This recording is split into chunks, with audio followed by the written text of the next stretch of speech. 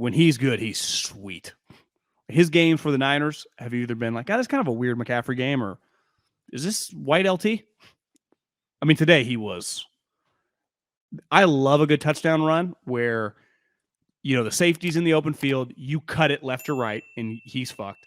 And then this guy has an angle on you behind you. He's probably a little faster than you, but when you give him like a stiff arm, it doesn't throw him to the ground, but it somehow like gives you a turbo boost, and then you gain a little yardage, and then you bust the run. I love that moment in the tackle when he's coming. And honestly, the guy should just dive at your legs and trip you. Instead, he kind of goes high, and you kind of shove, and you get like an extra 2 yards of space, and then you just walk into the end zone.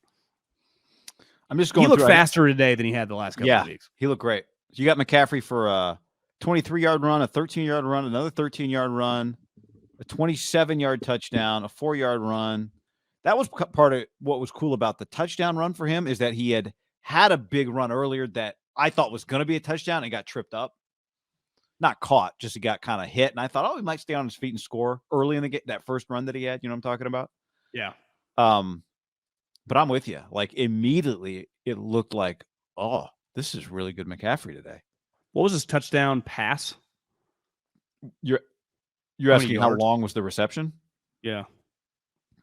27. He only had 2 catches in the game.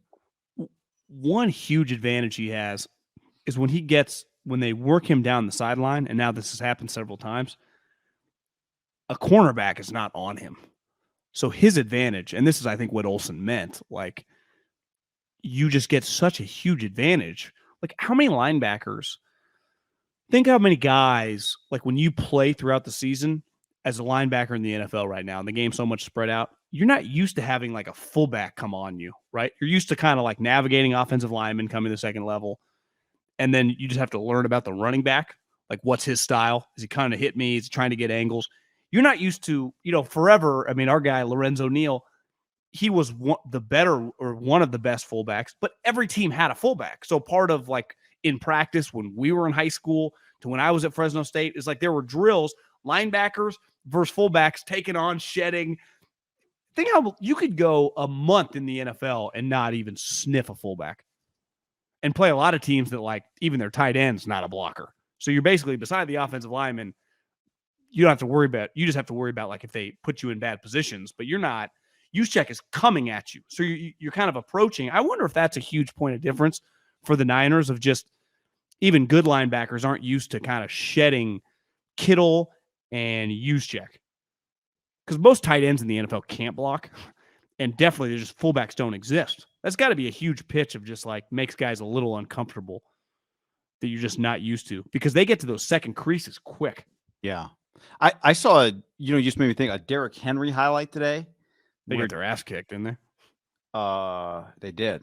But he had a big run early in the game, like up the right sideline. And I was like, well, just watching the play, like, is he going to step out of, what's he going to do here? This run, there's 3 guys around him. This run's about to end. Is he going to step out of bounds, or is he going to take on 3 guys? Now, what do you think Derrick Henry did? I think he went out of bounds. He did not. He just took on 3 guys, and he went down about where he would have gone out of bounds. And I started thinking, like, because my first reaction was like, did he, like, was it a huge impact? Like, was it a collision? I mean, no, but, weird things happen when 3 guys are tackling you. You are putting yourself at risk unnecessarily. It wasn't a big collision, in terms of NFL collisions. And my first reaction was like, Derek, what are you doing? Just run out of bounds. But I do wonder if part of it is, he is 6'3", 250. Yeah, well, it's that. Part of it's that. But if you always run out of bounds, then the guys that are coming to tackle you, I would think, are just a little more sure of themselves as they approach you, right? Like, they can run harder at you if they're confident that you're not going to hit them, that you're just going to try and get away from them. When there is the threat of me hitting you, you don't come at me as hard. It's kind of a little reverse psychology. It's like a little counter. Isn't that a Debo thing? It's a Debo thing too.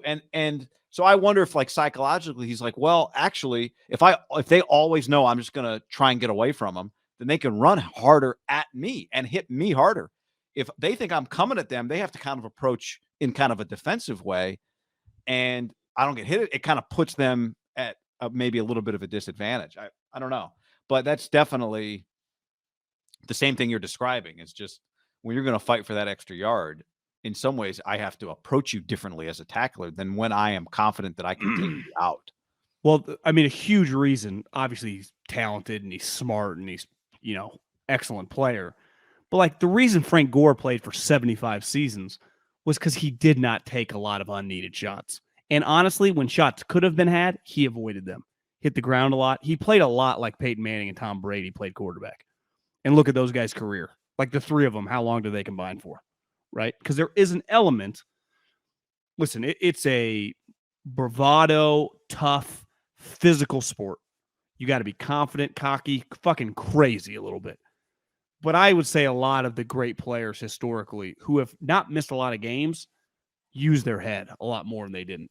Right? It's an IQ game. It's a thinking man's game, despite the physicality of it. And one thing I've noticed with McCaffrey, he's a pretty smart player. Yeah. Obviously like skilled wise, but he is not trying to act like he's Deebo Samuel on contact, right? And I don't blame Deebo and Kittle because a huge point of their success has been made off that physicality. So it's hard. It's always the balancing game of like, I don't really want Kittle to change. Like that's kind of who he is, And honestly, Deebo, like that's kind of what's going to make him special, right? McCaffrey's a little more skilled, for his position that like he's not going to play like Zeke. There were a couple times a day I looked up the Cowboys game-winning drive against the Texans, 17-point favorite. They basically got to the 1-yard line. What did they do? Fucking Zeke ran through the entire line. It was just like, you just give it to that guy. That's just kind of his point of difference now. He's not fast like Tony Pollard or whatever, but it's going to be very, very difficult to tackle that guy in a one-on-one situation. And his career is going to be shorter-lived than a lot of guys with his talent, but there'll be a lot of people historically that played in his era be like, I'll never forget tackling that motherfucker. Yeah. I think you're better off, like, whose career is going to be longer? Brandon Ayuk or Deebo Samuel? Right? Like, Brandon Ayuk's probably playing, if he's all health, nothing crazy happens, like 15 years in the NFL. Yeah, you would think. Right? Yeah. I mean, it's that 10-year mark's going to probably be tough for Deebo Samuel. And that's whether Kyle Shanahan was coaching him.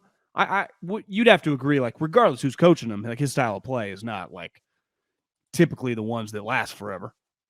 Honestly, it's crazy that Derrick Henry's is gone this long, guy. It is. There's always some outliers, but it is. I mean, Adrian Peterson went for a long time. Like, he's bigger. Now, he's a running back.